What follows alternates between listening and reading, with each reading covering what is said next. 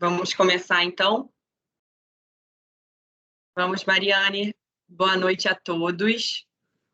É uma honra estar aqui com vocês. Eu acho que nesse tema tão especial, né, que o Covid vem mostrando que a gente nunca está sempre correndo atrás de um novo desafio. A medicina não para nunca, eu acho que isso que nos impulsiona, nos move, e por isso que as sessões são tão proveitosas, né? Eu queria agradecer você, Mariane, primeiro, o Armando e a todos vocês pela presença. Espero contribuir e também aprender muito com vocês essa noite. Mariane, vamos começar e aos poucos eu vou também falando alguma coisa. Obrigada. Boa noite a todos. Meu nome é Mariane e eu sou residente de radiologia no 2º ano de radiologia. Espero que os slides já estejam aparecendo certinho. Então, o caso que eu vou apresentar, eu chamei de COVID... Opa, o que aconteceu? Está aparecendo para a gente. Para mim sumiu. Ok. COVID-19, nem tudo é pulmão.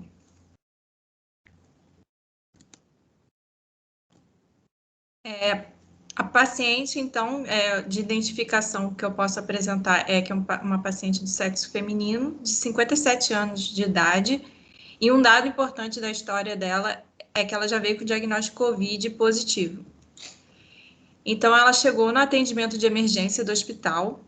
A queixa principal era COVID positivo com falta de ar, cansaço e dor nas pernas. Quanto à história da doença atual, ela relatou que há 14 dias ela estava com uma síndrome gripal e chegou a fazer um PCR para COVID que veio positivo. Então, ela relatou febre, tosse, odinofagia e dispneia com piora progressiva nessas últimas 48 horas antes do atendimento. De história patológica pregressa, ela relatou um hipotireoidismo, mas estava medicado. E o exame clínico, um dado importante é que ela estava hipoxêmica. Foi solicitado, então, uma tomografia de tórax nesse atendimento da emergência. E, como a gente pode ver aqui nas imagens da tomografia, ela apresentava um grande acometimento, que a gente pode perceber essas opacidades em vidro fosco, bem assim, multilobar, que a gente chama, né? Que é bem espalhado, acometendo grande parte do pulmão, e às vezes elas estão associadas a esse fino reticulado aqui de permeio. Então, o grau de acometimento pulmonar foi considerado acentuado, né? Acima de 50% de acordo com a análise visual. Ela foi encaminhada, então, ao CTI COVID, e lá ela evoluiu com uma síndrome respiratória aguda grave, necessitou de ventilação mecânica. Foram tentados vários esquemas antimicrobianos durante a internação. Teve tentativa de extubação, ela entrou em PCR logo em seguida, foi necessária a reintubação, precisou ser traqueostomizada. E ao longo da internação dela foi percebido um aumento progressivo das enzimas canaliculares nos exames laboratoriais dela, né? E foram testadas as sorologias para hepatites virais, citomegalovirose, toxoplasmose e herpes, e todas vieram negativas. Até onde eu acompanhei, ela estava no D79 de internação hospitalar. Então, a gente vê que é uma paciente com um quadro bem grave, né? Aqui é o gráfico da evolução das enzimas, né? Então, a gente pode perceber que tem um grande aumento da gama-GT e da fosfatase alcalina, e tem um grande aumento também, durante a internação, da bilirrubina total às custas da direta. Isso chamou atenção durante a internação, né? E a gente tem uma tomografia que ela fez no D25 de internação. O que é importante a gente perceber nessa tomografia? Primeiro, a evolução pulmonar dela, né? Que dá para perceber que evoluiu com consolidações, aquelas áreas de vidro fosco que a gente viu no primeiro exame evoluíram com consolidações. Aqui a gente já vê espessamento dos brônquios, das paredes dos brônquios, e aqui também apresentava uma atelectasia parcial do pulmão esquerdo. Então, um dado que é importante a gente tirar desse exame é que o fígado não apresentava dilatação das vias intrahepáticas nesse exame, D25 de internação. Agora, a gente tem um exame de abdômen, tomografia de abdômen, que foi feito no D59. Aqui ela já apresentava dilatação das vias intrahepáticas, como vocês podem perceber. Aqui eu fiz essa imagem para a gente ver bem a evolução. Aqui a gente não percebe a dilatação das vias intrahepáticas e aqui já tem. Isso numa evolução de 34 dias durante essa internação dela no CTI COVID. Foi feita, então, uma colangiorressonância no D68 de internação. Muito curiosa essas imagens que apresentaram nessa colangiorressonância, como a gente pode perceber, que tem essa ectasia, né, do sistema biliar intrahepático, mas percebam que tem uma característica que não é muito usual. Tem áreas de estenose que são intercaladas por áreas de dilatação dessa via biliar. Não sei se dá para vocês perceberem por essa imagem. E isso foi descrito no laudo da colangiorressonância, inclusive foi levantada a possibilidade de colangite esclerosante. Aqui, né, a gente consegue perceber, isso é um sinal radiológico que a gente chama de contas de rosário. Botei aqui para a gente ilustrar e ver que essa alteração realmente parece, né, as contas de um rosário. Aqui também, ó, como é que a gente consegue perceber essas dilatações intercaladas por estenoses dessa via biliar.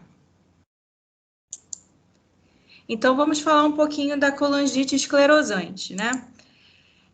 Ela pode ser primária, quando não tem uma causa identificável, e ela pode ser secundária, que o caso aqui a gente pode considerá-la como secundária, quando a gente tem manifestações da colangite esclerosante que podem ser atribuídos a insultos conhecidos da árvore biliar. Então, ela é caracterizada por inflamação e fibrose obliterativa das vias biliares. Tem várias etiologias que podem causar, como obstrução biliar crônica, que leva a colangite supurativa recorrente, com diversas patologias, colangiopatia isquêmica e a colangite infecciosa, especialmente com pacientes com AIDS. Então, o nosso caso se classificaria aqui na colangiopatia isquêmica em pacientes criticamente enfermos.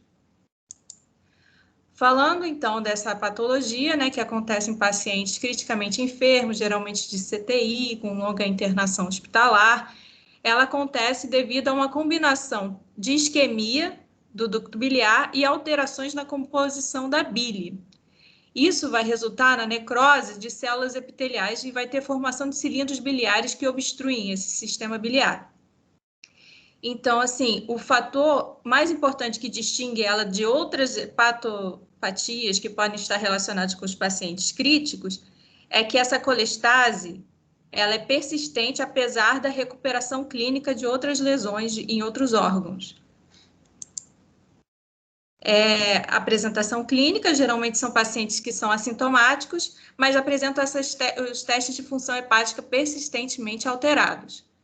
Se eles forem sintomáticos, apresentam uma fadiga que é pouco específica e sintomas que são mais específicos, como a prurido e a icterícia. E os testes de função hepática, que geralmente apresentam um padrão colestático, como foi apresentado pela paciente em questão. Quais são as características radiográficas que a gente percebe nesses pacientes? Então, vai ser um contorno da árvore biliar intrahepática e extrahepática, que são irregulares e com áreas de estreitamento e dilatação, como a gente viu naquela colangiorressonância. Podem estar presentes defeitos de enchimento, e o resultado final da colangite esclerosante é a cirrose, que geralmente é caracterizada por um trato biliar acentuadamente distorcido e atrofia do fígado, exceção do globo caudado, que está hipertrofiado em quase todos os casos. Aqui eu trouxe uma imagem para a gente ver como é que ela se apresenta nos exames. Então, pela ultrassonografia, a gente consegue ver as alterações que são relacionadas à cirrose, né, que é a consequência, e as irregularidades do calibre do ducto biliar.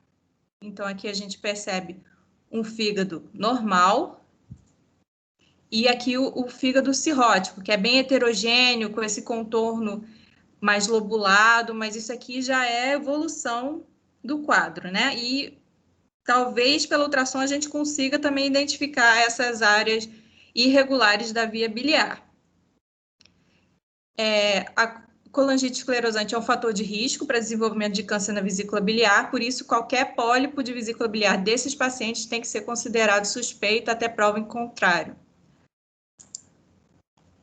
O que a gente vai ver na tomografia? São a anormalidade do contorno e atrofia do parênquima hepático, hipertrofia, do lobo caudado, e o fígado atrofiado apresenta uma densidade mais baixa do que o lobo caudado, que está mais hipertrofiado.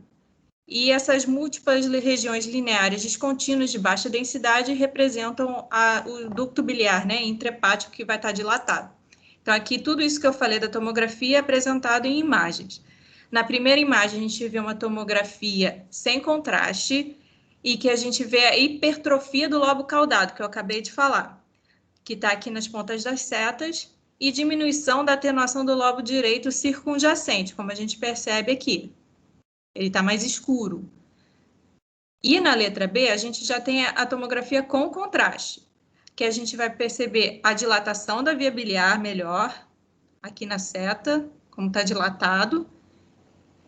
E também tem aqui está atrofiado, né? Esse segmento aqui do lobo direito está atrofiado. A colangio-ressonância. Então, é aquilo que a gente viu na nossa paciente. São múltiplas estenoses segmentares, dilatação biliar que pode estar presente até 85% dos casos, pode ter divertículos biliares, irregularidade da parede, né? E distorção da árvore biliar, isso quando tiver a cirrose, já a evolução, né, do quadro. Quanto ao tratamento e o prognóstico, a única cura disponível que a gente tem é o transplante de fígado, e, infelizmente, não há nenhuma terapia que mostrou benefícios consistentes. E pode ser feita a colangioplastia das estenoses, né? Quando é mais assim paliativo, né? Das estenoses, tanto por via retrógrada, pela CPRE, e pela via percutânea também. Aqui são alguns casos que foram publicados na literatura. Eu deixei aqui um QR Code, caso vocês queiram acessar, vai direto para esses artigos. E falam sobre quadros semelhantes, pacientes gravemente enfermos com a Covid-19 que desenvolveram a colangite esclerosante durante a internação também.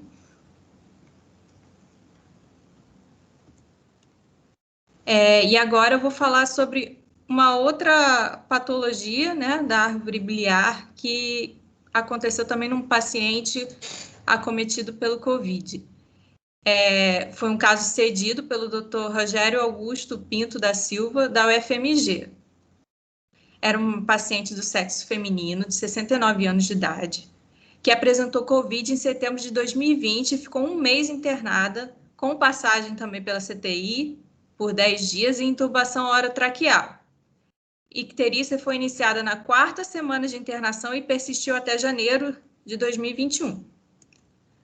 Então, aqui a gente vê a imagem da ultrassonografia, percebemos um colédoco dilatado com material ecogênico no seu interior. Aqui a vesícula biliar espessada. E aqui as vias intrahepáticas bem dilatadas. Esse exame é feito através do aparelho de ultrassonografia, né? É uma elastografia, e aqui a gente está vendo uma parênquima hepático mais rígido. Foi feita essa ressonância também na paciente, com uma grande dilatação da via biliar, especialmente aqui à esquerda, para o lobo esquerdo. E havia uma hepatomegalia devido ao aumento do lobo direito com proeminência da artéria hepática deste mesmo lado, e além do afilamento à esquerda e áreas de hiporrealce. Dilatação e irregularidade dos ductos biliares intrahepáticos, caracterizada por segmentos de estenose e dilatação, muito parecido também com o exame da nossa paciente. E tinha esse material também heterogêneo no interior da árvore biliar extrahepática. Foi feita a colangiografia percutânea, que a gente percebe aqui que os ductos biliares periféricos não estão contrastados, estão pouco contrastados, e aqui não há contraste, e tem irregularidades focais dos dutos biliares proximais com contraste, lembrando o aspecto de colangite esclerosante. E aqui tem esse material amorfo no interior do colédoco, que demonstrou ser um plug de bile e restos biliares, celulares. Outro caso é um caso que foi cedido pelo Dr. Antônio Eiros, no Instituto DOR, de uma colicistite aguda alitiásica no paciente com COVID.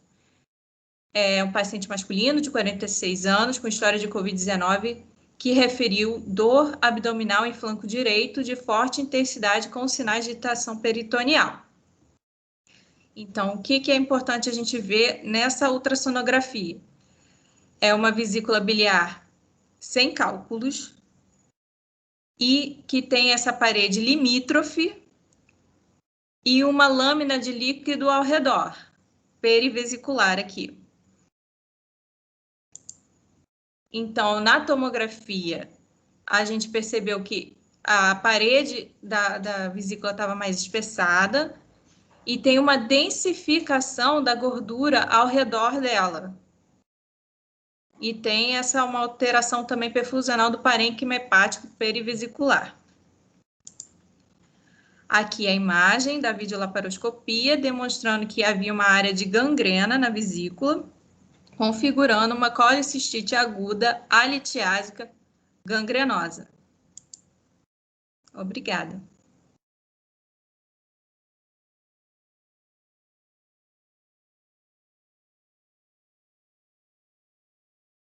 Obrigada, Mariana. Eu não sei se o Armando vai querer falar, ele me chamou para participar dessa sessão, porque tem bastante a ver comigo, né? Não sei se o Armando quer falar alguma coisa primeiro. Vocês estão escutando? Estamos. Armando, estamos te escutando.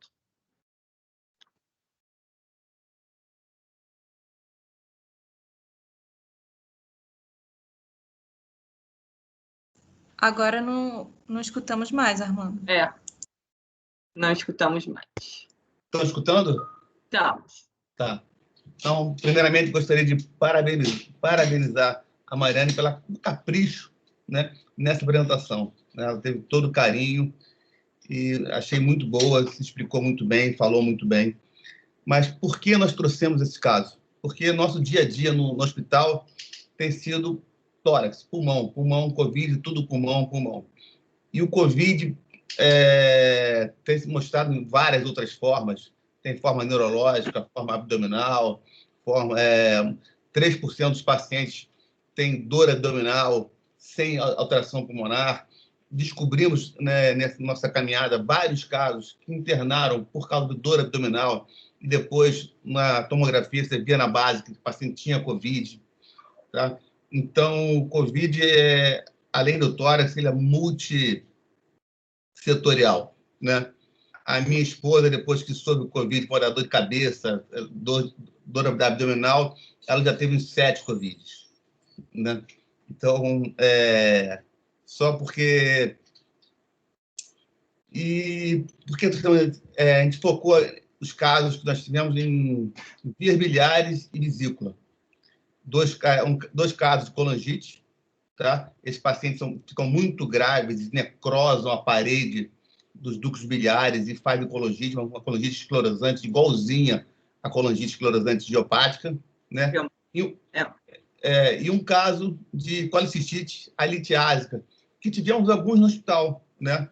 Conversei com o Paulo Reis, o nosso cirurgião-chefe aí, e a gente viu algum caso, mas esse caso do Antônio, que me prestou, é muito interessante, porque esse paciente tinha uma trombose da artéria cística, tá? Que propiciou essa colicistite alitiásica. Então, o COVID também dá muita trombose, a gente viu infarto intramesenterico, nós vimos infartos renais, tá? Nesse 1 ano de experiência com COVID. E eu convidei a Vanessa para falar um pouquinho para a gente de colangite, é nossa hepatologista, né? Para falar um pouco sobre colangite esclerosante, e a palavra está com ela agora. Tá bom, obrigada. Mariane, queria te agradecer e parabenizar. Achei que foi excelente. Adorei os slides, bem diferente do nosso habitual. Muito, muito legal, parabéns. E falando um pouquinho, né, do que eu tinha falado com o Armando. Na verdade, assim, eu acho que a gente tem que entender que o COVID é muito mais do que o pulmão, né? Eu tenho recebido inúmeros pareceres de pacientes que têm aumento de transaminase. A gente sabe que isso é uma verdade. A gente tem o COVID com um acometimento do trato gastrointestinal bem, vamos dizer, rotineiro. Muitas vezes até já a publicação já de grande valor, né, bem conceituado, dizendo que as transaminases alteradas fazem parte, sim, do acometimento de COVID e muitas vezes relacionado a um pior prognóstico. Então, assim, sempre que a gente vê aquela transaminase tocada, tem que acender um alarme. A gente, geralmente, isso aí aqui é bem tranquilo, me chamam, a gente vê. O que a gente tem que sempre separar, né? Uso de drogas. Acho que isso é clássico. A gente tem um paciente que fica grave, a gente tem inúmeros antibióticos que fazem a toxicidade hepática, e esse tem que ser nosso principal, vamos dizer assim, olhar além do COVID. E é isso que eu sempre falo para eles, assim, o COVID já tem um acometimento hepático, agora a gente tem que ver o que tem além disso. Ah, pode ser droga? Sim, geralmente é. Beleza, vamos tentar otimizar a nossa prescrição, sempre pensando na menor toxicidade possível, e isso já vai acontecendo de uma forma mais natural. E a gente tem que ver o que acontece menos comumente, que eu sempre aprendi assim, o mais comum a gente já tem que pensar de cara, e o menos comum são esses pacientes. E aí a gente foi estudar na literatura, e a gente está vendo que não está sendo tão, vamos dizer assim, raro esses acometimentos da via biliar. A gente tem que separar, isso é interessante aqui, que talvez para o especialista fique um pouco mais fácil, mas para vocês, assim, no geral, o que a gente tem que entender? Colangite esclerosante primária é um acometimento autoimune, é algo que a gente... autoimune não, desculpa. É um acometimento que a gente não tem muita... A fisiopatologia não está muito descrita. A gente tem que separar, vamos dizer assim, as diversas etiologias de colangiopatias, tá? As etiologias de colangiopatias podem ser inúmeras. Pode ser genético, causa que a gente já tem a doença de Caroli e outras. Pode ser imunomediada, pode ser causas idiopáticas, e podem ser outras relacionadas também à doença do transplante, rejeição. Então, a gente tem inúmeras causas. Tem uma causa também que a gente tem que sempre afastar, que é por IgG4, que não é tão raro assim, mas que, de alguma forma, confunde muito a colangiopatia esclerosante. E a gente precisa entender que nesses pacientes a gente está descobrindo uma nova entidade.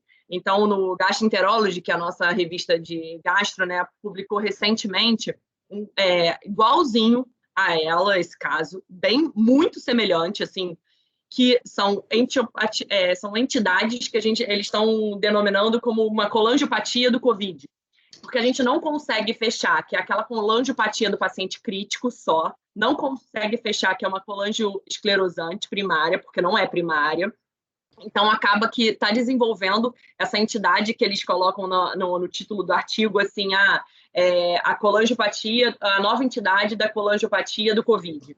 Porque são pacientes que ficaram muito críticos, eles ficaram graves, eles tiveram acometimento da transaminase, tudo uma alteração mais hepatocelular, e depois eles começaram a ter a colestase crônica. Nessa colestase crônica que a gente vai desenvolvendo e vai vendo que eles têm um padrão sugestivo de conta de rosário, que é muito sugestivo de colangite esclerosante. Mas a gente não consegue fechar tudo, porque, de alguma forma, tem o COVID muito relacionado. O tratamento, infelizmente, é semelhante. Não tem muito tratamento. O tratamento vai quando o paciente fica, de alguma forma, mais grave, sobe o MELD, e aí ele vai para transplante. A sobrevida dele, se a gente parar para pensar, em 10 anos, é uma sobrevida razoável se ele não evolui para também a forma cirrose biliar secundária, porque quando ele fica cirrótico, ele vai ter todos os, vamos dizer assim, os acometimentos de uma cirrose normal, né? Então, a gente tem essa morbidade a mais. E a gente tem um tratamento que é frustro, que a gente usa o Ursacol muito mais para nossa, vamos dizer assim, para acalmar o nosso coração, que vai baixar um pouquinho a parte da colestase, mas não vai resolver muito o problema do doente. Então, o paciente tem que ter acompanhamento regular. Nesse caso dessa paciente, a gente vai manter o acompanhamento. Ela vai biopsiar o fígado num outro momento. Acho que depois a gente pode até trazer a resposta dessa biópsia aqui. Não vai ser agora, porque agora ela está saindo dessa fase crítica, né? Agora não é o caso dela biopsiar agora. A gente mantém um acompanhamento regular. Vamos entender se ela vai para uma linha da cirrose ou não, só vai ter uma colangiopatia. E eu acho que é muito interessante para deixar aqui registrado que esses pacientes que têm distúrbio da via biliar, eles têm maior propensão a ter colangiocarcinoma, então eles têm maior chance, né, um risco 10 a 12% maior do que a população, então, assim, é um risco considerável. A gente precisa ficar de olho nisso. E pensando mais no COVID, seria vamos dizer assim, a sobreposição de toxicidade para o fígado e para a via biliar. Eu acho que pensar que menos é mais, é exatamente usar o que é necessário para eles, porque outros medicamentos podem fazer mais mal do que bem. Eu acho que esse é o foco principal do olhar desses pacientes que internam, que eles são diferentes, mas a gente está vendo que não está tão incomum assim. A gente tem aqui eu acho que a gente já viu uns 2 a 3 pacientes com essas alterações. Então, se a gente parar para pensar que só nesse hospital já teve 2 a 3, no gastroenterology também já saiu alguns pacientes. Então, assim, a gente vai, à medida que vai pensando isso, eu sempre gosto de falar, assim, se a gente não pensa no diagnóstico, a gente não faz o diagnóstico. Então, agora que a gente está falando em sessão, já está uma coisa mais batida, a gente já está começando a pensar nisso, com certeza a gente vai fazer mais diagnóstico de colangite esclerosante, né? De colangiopatia esclerosante secundária, porque não é primária. A princípio era isso que eu acho que eu pude contribuir com vocês. Não sei se alguém tem alguma dúvida. Eu acho que é importante a gente entender que a gente vai fazer mais diagnóstico, a gente vai pensar mais nisso, mas infelizmente eu não tenho ainda como te dizer como prevenir.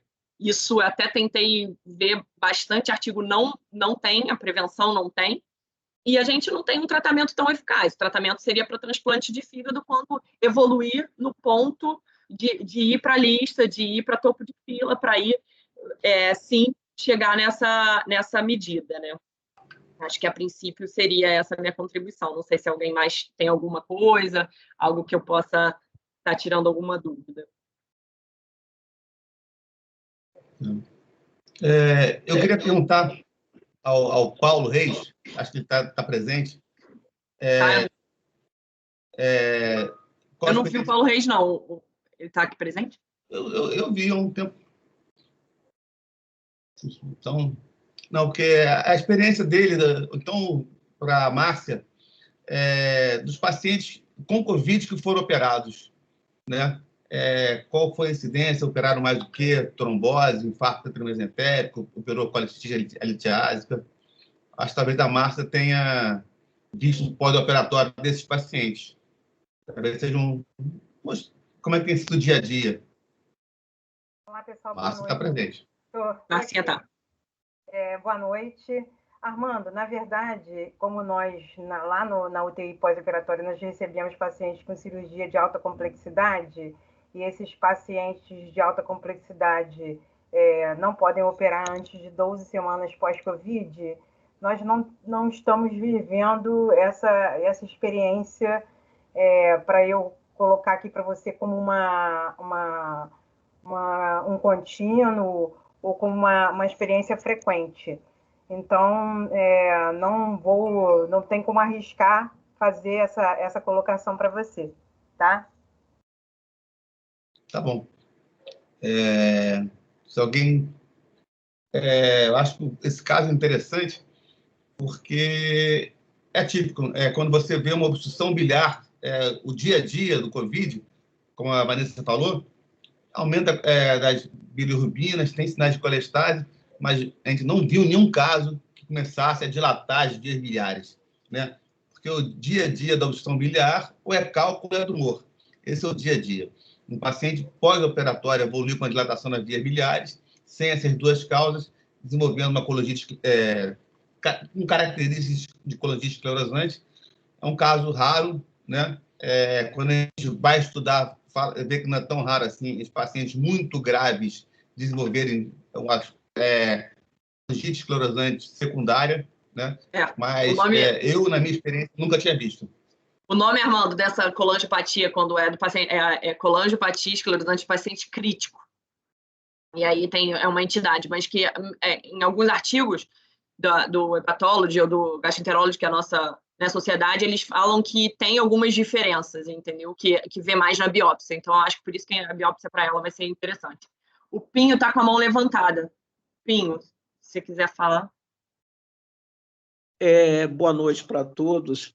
A gente está com um caso lá no COVID-1, um paciente que está 11 dias em ECMO, e ele está evoluindo com uma icterícia, com predomínio de direta, com uma gama-GT bem alta, e a única coisa que a gente pôde fazer foi o ultrassom, não tem dilatação de via biliar, né? A gente deu uma revisada nas medicações para procurar tirar as drogas com maior possibilidade de comprometimento hepático, entendeu? Mas é um paciente que me chamou bastante atenção nisso.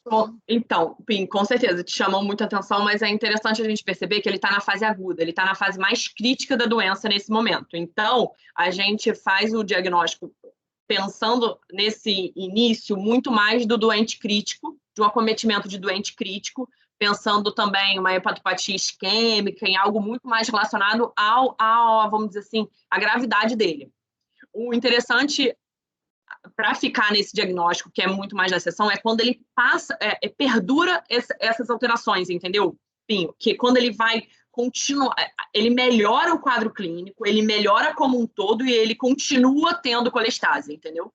Aí a gente acaba pensando muito mais que não é só do doente crítico, ele também fez algo que ficou muito mais crônico do ponto de vista de uma colestase crônica, e aí a gente vai precisar de outros diagnósticos, entendeu? Mas é um quadro a acompanhar, né? Tem que ficar com certeza, não, com certeza. Não tenho dúvida nenhuma, até porque a gente não tem muito o que fazer, mas, de alguma forma, a gente tem que ver essa evolução. Mas a sua colocação foi muito pertinente, porque a gente pode demonstrar que é muito importante a gente saber em que fase do paciente está. Se ele está numa gravidade muito grande, é interessante a gente ver muito mais para toxicidade, drogas, igual o que você falou, você está no pensamento super correto. Ver o que a gente pode tirar de medicamento que não tem tanta importância naquele momento e pode estar sendo mais um agressor hepático. Outras causas, e aí sim, quando ele continua, a gente pensa nessa entidade que a gente está falando aqui.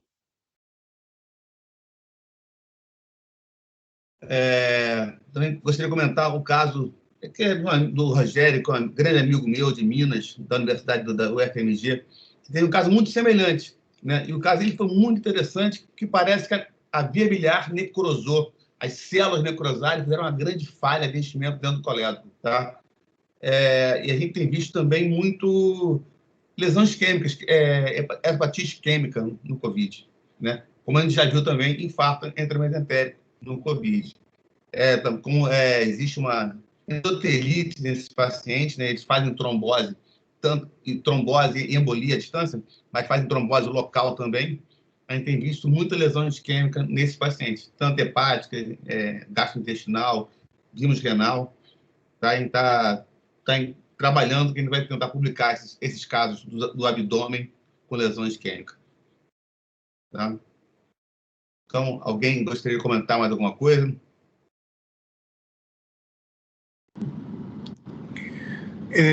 Posso falar, gente? Boa noite, claro. Roberto, Anis, tudo bem? Eu recebi uma... Tudo bom, gente? Desculpa, estou dirigindo, ouvindo a sessão, enfim, mas eu quis só pegar a palavra aqui para comentar um post que eu recebi sobre uma entidade chamada colangiopatia trombótica. Eu não sei se é exatamente do que vocês estão falando, mas estaria muito relacionado aos pacientes com Covid. Eu vi um relato de caso de um paciente no hospital lá no Vila Nova Star e o paciente acabou indo para transplante, que teria tido uma ótima recuperação, enfim, mas que teria sido um caso gravíssimo, descrito como essa colangiopatia trombótica e relacionado ao Covid, que acabou indo para transplante, né? Imagino que esteja relacionado a esses casos aí citados por vocês. Pode ser um caso desse, Vanessa? Eu não sei. Então, na verdade, quando você pensa em trombótico, pelo menos do caso que eu tinha visto também de um relato de caso, que é tão pouco, né? Mas você pensa em algo que gera muito mais isquemia. É diferente desse caso, que a gente vai ter alteração da árvore biliar sem ter uma isquemia confirmada, entendeu? É essa a diferença. Quando você pensa numa colangiopatia trombótica, porque, na verdade, você vai ter a isquemia. Pelo menos foi assim que eu tinha lido dessa diferença. Mas ambos são graves, ambos... O caminho é o transplante, entendeu? Também não tem muito... Porque não vai ter um medicamento que vai fazer ali atuar de forma certeira, entendeu? Roberto, e que nós vimos também, acho que foi na UERJ, não sei se foi no hospital, um paciente... Desculpa. Um paciente com isquemia hepática, hepatite isquêmica, né? E na tomografia ele tem alteração perfusional. O fígado tem uma perfusão totalmente heterogênea, porque ele parece que faz trombose local. E talvez seja a mesma fisiopatologia dessa colangiopatia trombótica. Sim. Por isquemia, mas a imagem é diferente. Quando você faz um exame com contraste, você vê que o fígado tem uma alteração perfusional muito importante. Com certeza. É isso, sim. Tá bom? Tem o Valdir está com a... Mas é semelhante na gravidade, Lanes. O Valdir está com a mão levantada. Vamos lá, Vanessa. Vou fazer para o Armando. Professor, deixa eu tirar uma dúvida, aproveitando, né? A Mariana apresentou um caso, até acho que eu vi esse na sessão feiras. Ela mostrou um ultrassom, até que está o pessoal todo aqui, que lá no hospital a gente vê agora todo mundo pedindo muito ultrassom para colecistite litiásica. E a gente aprendeu isso desde a faculdade, que colecistite litiásica é uma entidade quase que rara.